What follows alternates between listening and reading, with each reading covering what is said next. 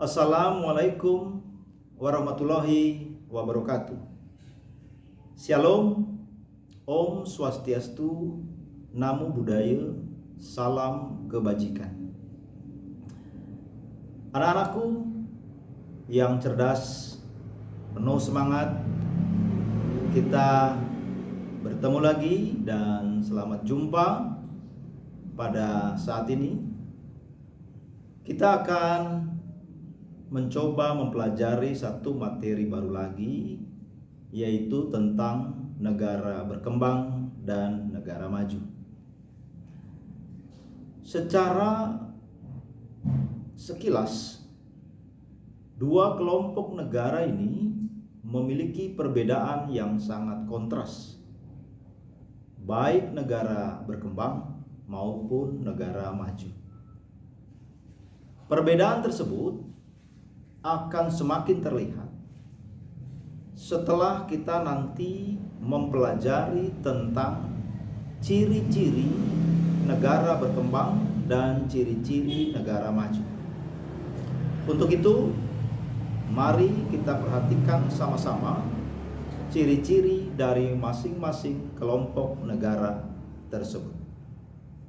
Ciri-ciri dari negara berkembang dan negara maju sementara ini kita lihat dari 4 faktor, yaitu pendapatan per kapita, pertumbuhan penduduk, tingkat pendidikan, dan tingkat pengangguran. Faktor pertama, dari sisi pendapatan per kapita. Negara maju memiliki pendapatan per kapita rata-rata di atas $10.000 Amerika Serikat, seperti Amerika Serikat, Australia, Belanda, Jepang, dan Inggris.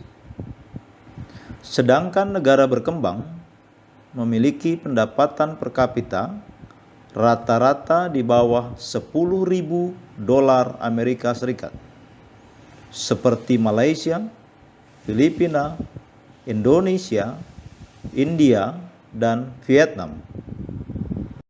Perhatikan, pada gambar yang berada di sebelah kiri dan selanjutnya mewakili gambaran situasi negara berkembang. Dan di sebelah kanan dan selanjutnya mewakili gambaran situasi negara maju. Dengan pendapatan per kapita yang rendah, maka masyarakat pada negara berkembang mendapatkan penghasilan yang sangat kecil. Berbeda bagi masyarakat yang berada di negara maju. Mereka mendapatkan penghasilan yang sangat besar. Pendapatan per kapita berhubungan langsung dengan mata pencaharian pada umumnya masyarakat negara tersebut. Di negara berkembang, masyarakatnya sebagian besar bekerja di sektor agraris atau pertanian. Sedangkan pada negara maju, masyarakatnya bermata pencaharian pada sektor industri dan jasa. Dengan perbedaan pendapatan per kapita tersebut akan berakibat pada perbedaan pola hidup. Di negara berkembang, kita akan menjumpai banyak masyarakat yang hidup di bawah garis kemiskinan. Sedangkan pada negara maju, masyarakatnya hidup berkecukupan. Faktor kedua, pertumbuhan penduduk. Di negara berkembang, angka kelahiran begitu tinggi. Sedangkan pada negara maju, angka kelahiran sangat rendah. Dengan angka kelahiran yang tinggi, berakibat negara berkembang memiliki pertumbuhan penduduk yang bergerak cepat dan jumlah penduduknya terus bertambah. Sedangkan pada negara maju, sebaliknya, angka kelahiran yang rendah menyebabkan pertumbuhan penduduk begitu lambat dan jumlah penduduknya sedikit. Faktor ketiga, tingkat pendidikan. Di negara berkembang, pendidikan berjalan dengan segala keterbatasannya, sarana dan prasarana yang serba terbatas. Sedangkan pada negara maju, pendidikan sangat didukung oleh sarana, prasarana, bahkan teknologi yang sudah memadai. Belum lagi pada negara berkembang, keberadaan guru atau pengajar masih banyak yang tidak profesional. Hal ini karena masih kurangnya jumlah tenaga guru, sehingga banyak yang berprofesi lain ikut membantu mengajar di kelas. Berbeda dengan di negara maju, semua guru atau pengajar rata-rata sudah profesional dan terlatih. Faktor keempat, tingkat pengangguran. Pada negara berkembang, karena jumlah penduduk yang sangat banyak, sedangkan jumlah lapangan kerja terbatas, menyebabkan jumlah pengangguran sangat tinggi, dan ini akan menjadi beban negara. Sedangkan pada negara maju, jumlah pengangguran sangat rendah, hampir seimbang keberadaan jumlah tenaga kerja dengan lapangan kerja yang tersedia. Akibat dari banyaknya pengangguran, di negara berkembang kita bisa jumpai dengan mudah profesi pengemis, gelandangan, dan pemulung. Sedangkan di negara maju, semua pengangguran diberikan tunjangan hidup oleh pemerintahnya, sehingga jarang kita jumpai keberadaan pengemis, gelandangan, maupun pemulung. Negara-negara di dunia digolongkan menjadi 3 kategori berdasarkan tingkat kemakmurannya, yaitu negara terbelakang, negara berkembang, dan negara maju. Indonesia berada pada kategori negara berkembang. Namun baru-baru ini pemerintah Amerika Serikat mencoret Indonesia dari daftar negara berkembang. Hal itu membuat Indonesia masuk dalam daftar negara maju di Organisasi Perdagangan Dunia. Jika dilihat sekilas, kenaikan status Indonesia dari negara berkembang menjadi negara maju merupakan kabar yang cukup baik, bukan?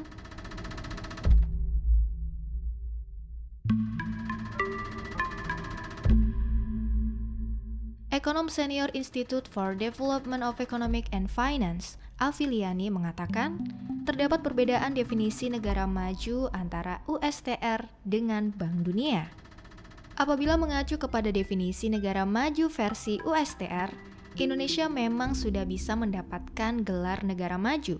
Salah satunya adalah kontribusi ekspor Indonesia terhadap global sudah di atas 0,5%, yaitu di angka 0,9%. Selain itu, Indonesia juga tergabung dalam organisasi internasional seperti G20. Terakhir, Indonesia dinilai memiliki rata-rata pertumbuhan ekonomi tinggi, yakni di kisaran 5%. Namun, angka pertumbuhan tersebut masih relatif rendah untuk negara sebesar Indonesia. Kemudian apabila mengacu kepada klasifikasi Bank Dunia, kriteria pertama negara maju ialah pendapatan nasional bruto yang di atas $12.000 Amerika per kapita, sedangkan per kapita nasional hanya sebesar $3.840 Amerika. Bank Dunia masih mengkategorikannya sebagai negara berpendapatan menengah ke bawah. Ciri-ciri negara maju. Selain pendapatan per kapita yang tinggi, adalah tingkat ekspor lebih tinggi dari impor, terjaminnya kesehatan, kecilnya angka pengangguran, keamanan terjamin, dan majunya ilmu teknologi dan pengetahuan di negara itu. Contoh negara maju yang paling dekat dengan Indonesia adalah Jepang dan Korea Selatan. Namun, sudah layakkah Indonesia menyandang status negara maju? Ada beberapa faktor yang menunjukkan bahwa Indonesia belum bisa menyandang predikat tersebut. Pertama, kualitas pertumbuhan ekonomi nasional masih sangat lemah, sehingga bukan tidak mungkin kalau sewaktu-waktu Indonesia bisa mengalami kemunduran ekonomi. Kedua, pendapatan per kapita Indonesia masih jauh dari angka standar internasional negara maju.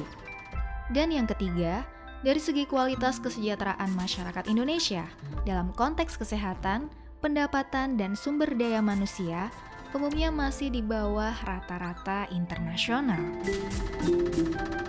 Bila Indonesia belum layak dikatakan sebagai negara maju, mengapa Amerika Serikat mencoret Indonesia dari daftar negara berkembang dan menaikkan kelas menjadi negara maju? Apa dampak dari perubahan status ini untuk Indonesia? Perubahan status ini bisa berpotensi memukul neraca perdagangan Indonesia. Indonesia berpotensi kehilangan sejumlah fasilitas perdagangan internasional yang selama ini diberikan hanya kepada negara-negara berkembang. Dalam perdagangan dengan Amerika Serikat misalnya, batas maksimal pembebasan bea masuk turun dari 2% menjadi hanya 1%. Bila importasi produk Indonesia di Amerika Serikat harus memakai tarif normal atau Most Favored Nation, maka industri Indonesia bakal kehilangan daya saing. Peneliti Center of Reform on Economics, Yusuf Randy Manilet, menilai penetapan status Indonesia sebagai negara maju oleh Amerika Serikat memang sama sekali tidak terkait dengan pencapaian perkembangan ekonomi Indonesia saat ini. Beliau memprediksi hal ini mengarah pada pengecilan defisit Amerika Serikat. Apalagi kalau dilihat Trump akan maju pemilu. Ini bisa jadi langkah menggait elektabilitasnya dan sebuah strategi dari Amerika untuk mengurangi defisit perdagangan terhadap Indonesia.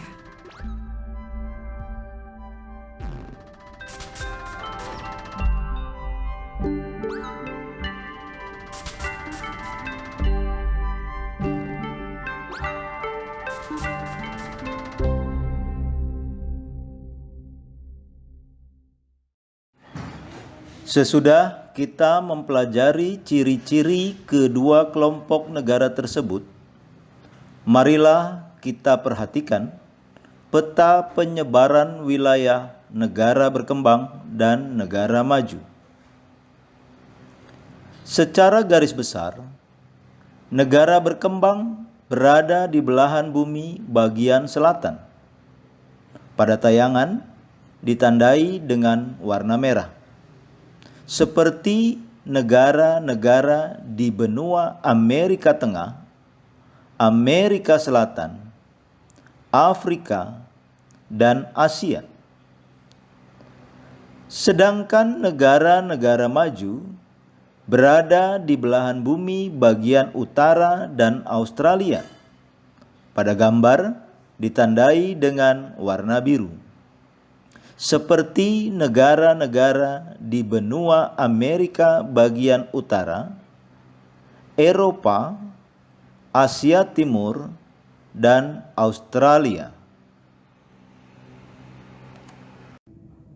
Demikianlah anak-anakku sekalian, materi yang sudah disajikan. Semoga semakin menambah ilmu pengetahuan yang kalian dapatkan. Akhir kata saya sampaikan, wassalamualaikum warahmatullahi wabarakatuh. Shalom, Om Swastiastu, Namo Buddhaya, salam kebajikan. Sampai jumpa lagi.